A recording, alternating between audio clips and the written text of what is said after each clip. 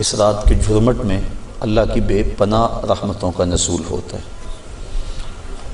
اتنی رحمتیں اترتی ہیں۔ امام قویری لکھتے ہیں کہ روئے زمین کے تمام مسلمانوں میں ان رحمتوں کو تقسیم کر دیا جاتا، رحمتیں پھر بھی بچ جاتی ہیں۔ جتنی فرشتے لے کر رحمتیں آتے ہیں، وہ رحمتیں سب کو دینے کے باوجود بھی رحمتیں بچ جاتی ہیں۔ پھر وہ رحمتیں دارالحرب میں رہنے والے کافروں میں بانٹی جاتی ہیں، اور جس کافر کو اس رحمت سے حصہ ملتا ہے اللہ اسے اسلام عطا فرما دے۔ یہ جو آپ آئے دن سنتے رہتے ہیں کہ فلاں عیسائی مسلمان ہو گیا، فلاں ہندو مسلمان ہو گیا، تو امام قویری آپ لکھتے ہیں، آپ فرماتے ہیں یہ شب قدر کو آنے والی رحمتیں ہوتی ہیں، مسلمانوں کی جھولیاں بھر دی جاتی ہیں، اور پھر اس کے بعد جب رحمتیں بچ جاتی ہیں تو وہ دارالحرب کے اندر رہنے والے کفار کو بانٹ دی جاتی ہیں، اور انہیں اللہ پھر بعد میں ایمان عطا فرما دیتا۔ اور ایک روایت کے لفظ اس طرح ہے کہ پھر وہ رحمتیں چھوٹے بچوں میں بانٹ دی جاتی ہیں۔ اللہ کی رحمتیں کتنی عمیم ہیں اور اس کی رحمتیں کتنی وسیع ہیں۔ اللہ تعالیٰ کے محبوب علیہ السلام نے اللہ کی بارگاہ میں یہ عرض کی تھی کہ مالک، میں اب اپنی امت کو تیرا سلام پہنچاتا ہوں، تیری جانب سے جو سلامتیاں وصول کرتا ہوں وہ اپنی امت کو میں دیتا ہوں، تو جب میں چلا جاؤں گا تو تیری طرف سے اترنے والی سلامتیوں کو اور سلام کو میری امت تک کون پہنچائے گا؟ تو اللہ تعالیٰ نے سورۃ القدر نازل کی، اس میں فرمایا سلام محبوب فکر نہ کر، فرشتوں کی ڈیوٹی لگا دی، وہ قیامت تک تیری امت پر سلامتیاں نازل کرتے رہے۔ تو اس رات کے جرمٹ میں بے پناہ برکتیں ہیں۔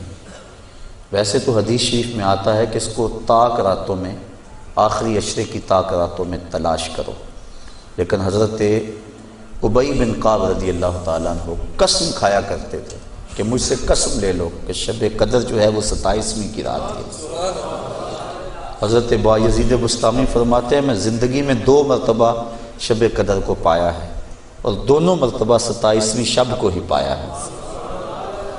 حضرت ابو الحسن ایک بزرگ ہیں، وہ کہتے ہیں جب سے میں نے ہوش سنبھلی ہے اس وقت سے لے کر اب تک ہر سال میں شب قدر کو پاتا ہوں، اور میرا تجربہ یہ ہے کہ اگر پہلا روزہ پیر کا ہو تو شب قدر 21 تاریخ کو ہوتی ہے، اور اگر پہلا روزہ جمعرات کا ہو تو شب قدر 25 تاریخ کو ہوتی ہے، اور اگر پہلا روزہ جمعے یا منگل کا ہو تو شب قدر 27 کو ہوتی ہے، اور اگر پہلا روزہ جو ہے وہ اتوار یا بدھ کا ہو تو شب قدر 29۔ اس کی رحمتیں بازو پھیلائے آواز دیتی ہیں بندے کو کہ کوئی ہے بخشش مانگنے والا، کوئی ہے رزق مانگنے والا، کوئی ہے سوال کرنے والا، میں اس کی جھولیاں بھر دوں۔ ہم تو مائل بکرم ہیں، کوئی سائل ہی نہیں، راہ دکھلائیں کسے، کوئی راہ روے منزل ہی نہیں۔ صرف 4 اشخاص ہیں جو اس رات محروم رہتے ہیں۔ ایک عادی شرابی، شراب کا رسیہ، دوسرا والدین کا نافرمان، تیسرا قاطع الرحم، خون کے رشتوں کو توڑنے والا، اور چوتھا وہ شخص جو سخت دشمنی رکھنے والا ہے، اور سخت دشمنی اس کو کہتے ہیں جو 3 دن سے زائد ہو، کیونکہ مومن جب ایک دوسرے سے ناراض ہو جاتے ہیں تو 3 دن سے زیادہ ناراض نہیں رہتے، تو جو 3 دن سے زیادہ ناراض ہیں ان کو سخت دشمنی رکھنے والا کہا جاتا ہے۔ تو اس رات کی جرمٹ میں، اس رات کے حسین لمحوں کے اندر یہ 4 بندے اللہ کی رحمتوں سے محروم رہ جاتے ہیں۔ اگر توبہ کر لیں تو اللہ تعالیٰ جل شانہ اس رات کا حصہ ان کو بھی عطا فرما دیتا ہے۔ اور ایک حدیث کے اندر آتا ہے کہ جو شخص شب قدر کو 2 رکعت نوافل اس طرح ادا کرے کہ سورہ فاتحہ کے بعد 7 مرتبہ سورہ اخلاص پڑھے، اس کے بعد سلام پھیر کے کہے استغفر اللہ و اتوب الیہ، اور یہ 70 مرتبہ پڑھے بعد میں، تو اپنی جگہ سے اٹھے گا نہیں کہ اللہ اسے بھی اور اس کے ماں باپ کو بھی بخش دے گا، یہ اللہ اسے انعام عطا فرماتا ہے۔ انشاءاللہ بعد میں ہم اس کا اہتمام کریں گے، اور بھی نوافل وظائف اور مختلف جو ہیں وہ شب قدر کی برکتیں اور فضیلتیں ہیں۔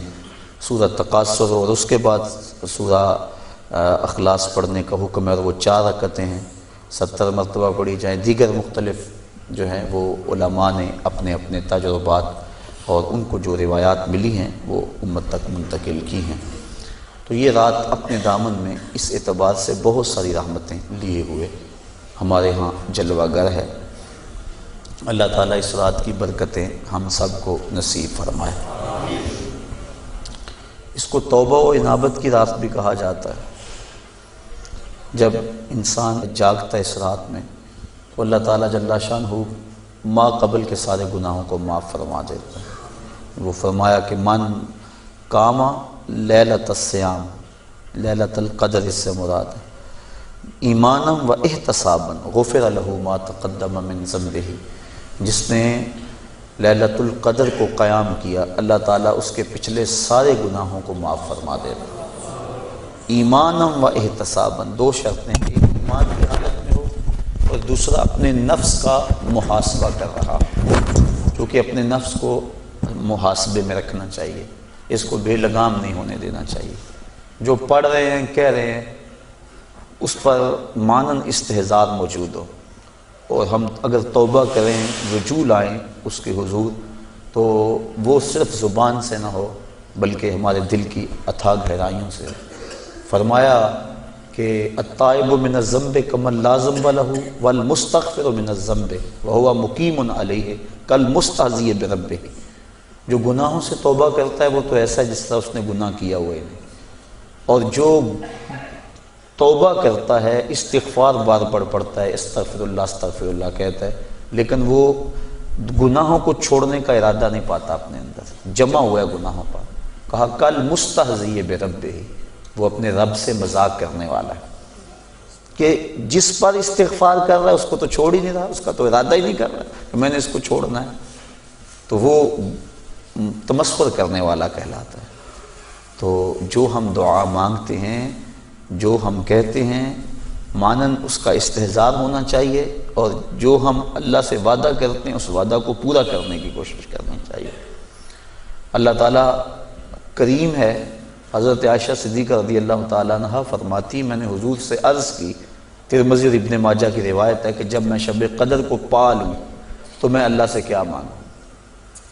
تو حضور نے جو دعا تعلیم دی وہ یہ تھی کہ اللہ کی بارگاہ میں پھر عرض کرنا کہ اللہم انکا عفو کریم تحب العفو فاعف عنی، اے اللہ تو معاف کرنے والا ہے، کرم فرمانے والا ہے اور معافی کو پسند کرتا ہے، مجھ سے درگزر فرما لے۔